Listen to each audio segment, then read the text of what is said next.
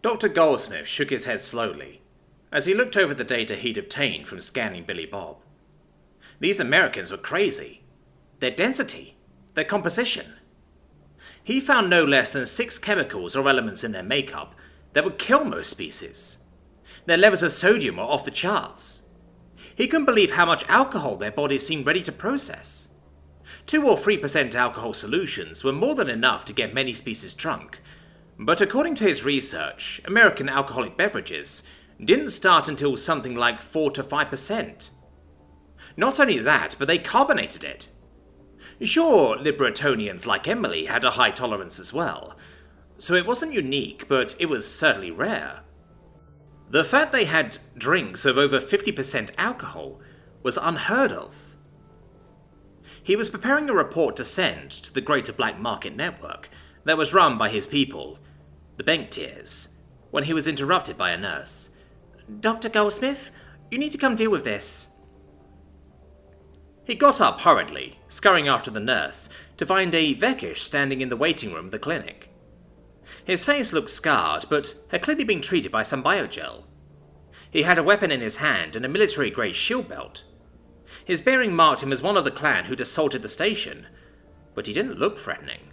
Instead, he looked worried. "What's this all about?" The Vekish snapped to attention then. "My life has been spared by the great Billy Bob. He has seen fit to save me from the third death ball mid-tens. He has tasked me with serving this station as protector and guardian until the end of my days." He paused and then looked at Dr. Goldsmith, as if something would happen. But Goldsmith looked around the room and then back. "Well, what do you want from me?" The Vekish looked a little nervous. "I was hoping you could tell me how to do that. I was just a private. My kin have fled.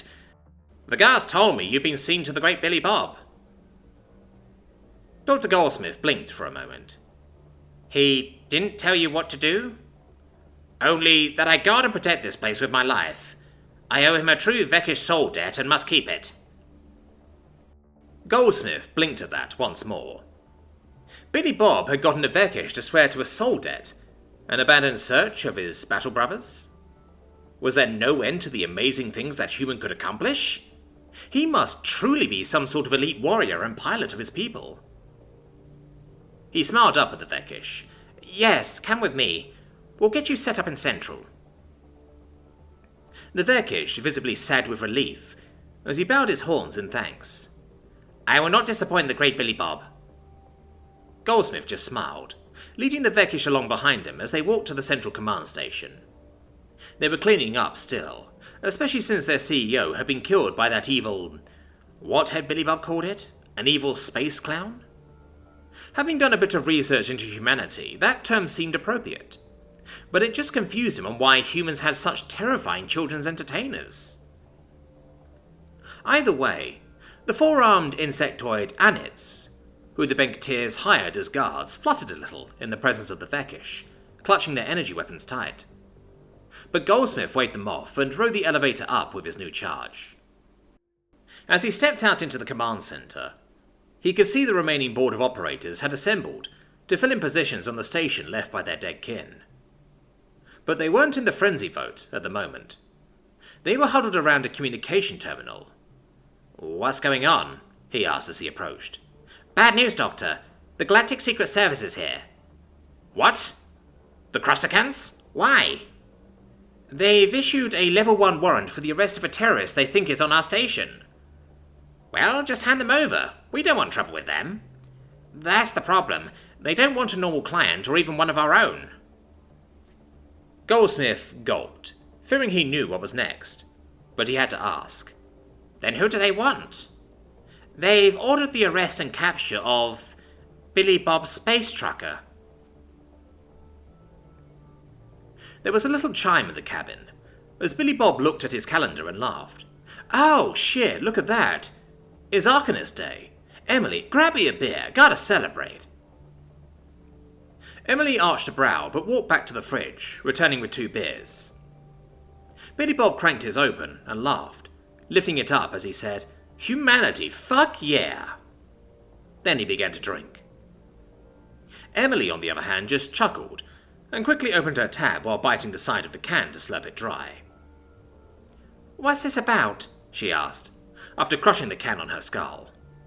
"Oh, it's Arkanus Day back on Earth. Some old human leader rallied a bunch of people around that cry as we started our first steps into colonizing our solar system." She nodded. "You celebrate with a drink?" "Well, I gotta keep driving. Normally we celebrate by getting drunk." "What about other human holidays?" The next one we dress up, eat candy, and get drunk. Then Vets Day, where we celebrate soldiers by drinking and grilling stuff. After that, we get together with family, have a feast, and get drunk. After that, we get together with family again, exchange presents, and get drunk. Then it's getting drunk to celebrate the new year. Then we get drunk with people we want to fuck and eat chocolate. Then we grill meat and get drunk to celebrate our presidents. Oh shit. Then it's a week of getting drunk because of voodoo and Narlands. Lots of tits for that one. Then we get drunk because of Ireland. Then we get up early and have a nice brunch, and get just a little drunk while eating chocolate eggs. He nodded for a moment, as he looked thoughtful, trying to remember everything. Then we get drunk Mexican style, for some reason. 'Cause we want to, mostly. Something about France, maybe. Then we have Memorial's Day, where we remember those who fought and died for us. More serious, but drinking is often involved. Then we have a day celebrating how awesome our flag is. Drinking not required, but again often involved. He perked up and looked even more excited. Oh, and then it's the biggest, bestest day of them all, Independence Day. We explode shit, drink, grill meat, and generally spend the week in a blur of celebration. He rubbed his chin. Is that it? No! We also have a day to celebrate working by not working, and instead getting drunk and grilling stuff. He nodded slowly. I think that's all of them. You get drunk for all of your holidays? Yeah, mostly. Of course, I'm leaving out the sports-related holidays, because not everyone gets involved in those. We used to have one to celebrate the guy who found America, but turns out while awesome in some senses, he was an asshole in others, so we decided to drop it in favor of National Pizza Day, which is pretty awesome too if you ask me. Emily blinked, having no idea just how much the Americans apparently drank. While her people had high tolerance overall, if they drank that much, their bodies wouldn't be able to handle it. Maybe Earth years were more spread out? She'd have to look into it. Overall, the trip with Billy Bob, heading to his cargo delivery planet, was pretty smooth once they left the station. Emily would sleep every few hours, and Billy Bob would listen to his music. Then when he needed to sleep, he'd pull off, take a nap, as she listened to music and then switch off again. Once he was up, and they were just 4 hours from the planet, she had been listening to quite a bit of human music. So, this person was a monarch of popular?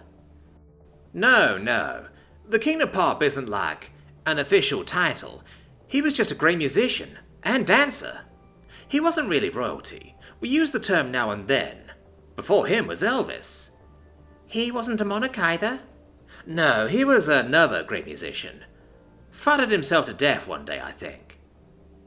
Emily blinked at that. And this other one? What, Jackson? We don't know. What do you mean? Decades ago, someone wiped out all the records about his life after the year 1990. Probably died and they didn't like how it ended or something. I don't know. So, were they ruled over by this Pope of Parody? Who? Weird Al? No. Again, not a real title. Just a funny guy and another great musician. Why do you keep giving such titles to musicians? We like them? I don't know. We give titles to everyone we think deserves one. They don't mean anything. Just sort of... Look, we like titles, okay? She shrugged it off then, and figured she'd just have to understand Americans better. The rest of the trip to Ina Free was uneventful. They found the quiet little agri-world, and Billy Bob brought his longhorn down to the planet's atmosphere. Emily pulled her mask and hood back on to keep people from recognizing a Libertonian, but the galaxy wasn't aware they needed to be afraid of Americans yet, so Billy Bob was all right. They landed in the clearing he'd been guided to on his contract, where they didn't see signs of a town or many buildings. Either way, the planet was only half normal Earth, so he began to unload the crates from the Longhorn with minimal effort. It was a typical agri-world. No evolved natural animals bigger than his pinky. Just plants. Lots and lots of plants. The colony was supposed to be near a mountain with some forested area, and then massive rolling plains of weeds. Or maybe they weren't actual weeds, but they looked like space weeds to him. "Are you sure you should unload that? You don't know if they're still alive," Emily asked, as he started to move the crates, even though they hadn't contacted the colonists. I was paid to deliver this shit to this spot. Not my fault if they're too dead to collect, he grunted, as he was about half done with unloading. Emily sat on top of a pile of crates, looking around the area while Billy Bob finished. When the last box was out, he smiled and brushed off his hands. Well, now to go find them. "I think I see smoke of some sort that way," she said, pointing towards the base of the nearby hills. They walked through the trees, and Billy Bob noticed he didn't hear any birds or insects, which seemed wrong. To a human, that meant something evil or big and hungry was close. But some agri-worlds just didn't have those sort of animals. They came out of the trees in the clearing of what looked like basic tents and low-level shelters. The creatures were humanoid and had shaggy hair, with long snouts ending in what looked like unkempt bears. They were wearing very basic clothes, and in general looked nothing like the colonists he was used to. They had long eyes and stalks that turned his way as he approached. I don't like this. Their eyes are so red. And this place smells. "Oh, you're not familiar with holgerchims? They're very peaceful herbivores, live with nature, very little impact and all that." Billy Bob growled out, "Space hippies!" He pointed to one they were walking towards. I delivered your shit.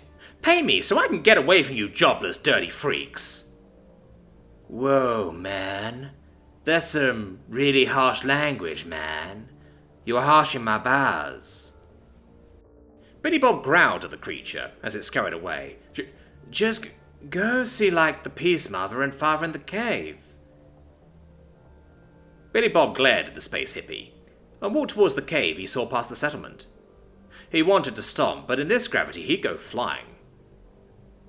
Once they were inside, he saw two older, fatter space hippies, who smelled worse than the rest.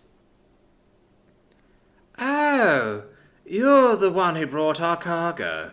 Thank you so much. May the stupid hippie peace god bless you.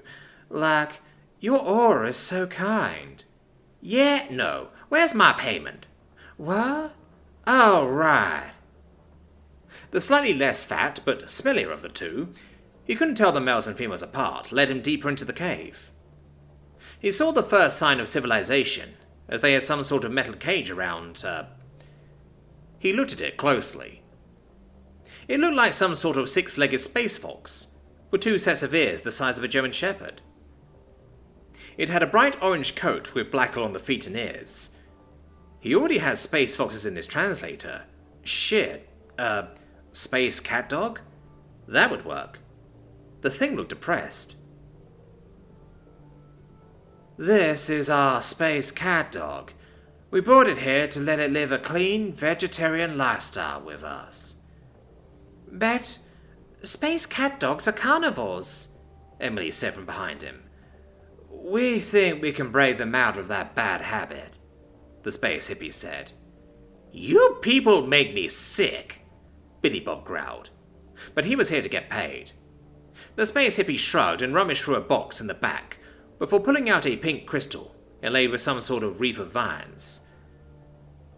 Turning it, they handed it to Billy Bob. "The fuck is this?" "That's your payment. It gives you lifelong access to any space hippie planet where you're free to share in our food and shelter." Billy Bob twitched a little, but Emily leaned in behind him, whispering, "Billy Bob, that space cat dog is incredibly rare and valuable. It's worth at least 1 million credits on the open market. More to the right buyer. My compatriot forgot something in the ship. I'll just stay here and share with your natural bounty. He turned, giving Emily a light push. I'll see you back at the ship, Emily. Be right behind you. The diplomat was a bit confused, but after a moment of hesitation, turned and began to walk out of the colony. She was almost to the long hall when she heard shouting. Turning, she saw Billy Bob with the carnivore in his arm, running towards her in long bounding strides in the low gravity. Emily, get on the ship! We gotta fucking book it! The spaceship is befriended some sort of rock creatures. Go, go, go! And so ends another chapter in the adventures of Billy Bob, Space Trucker.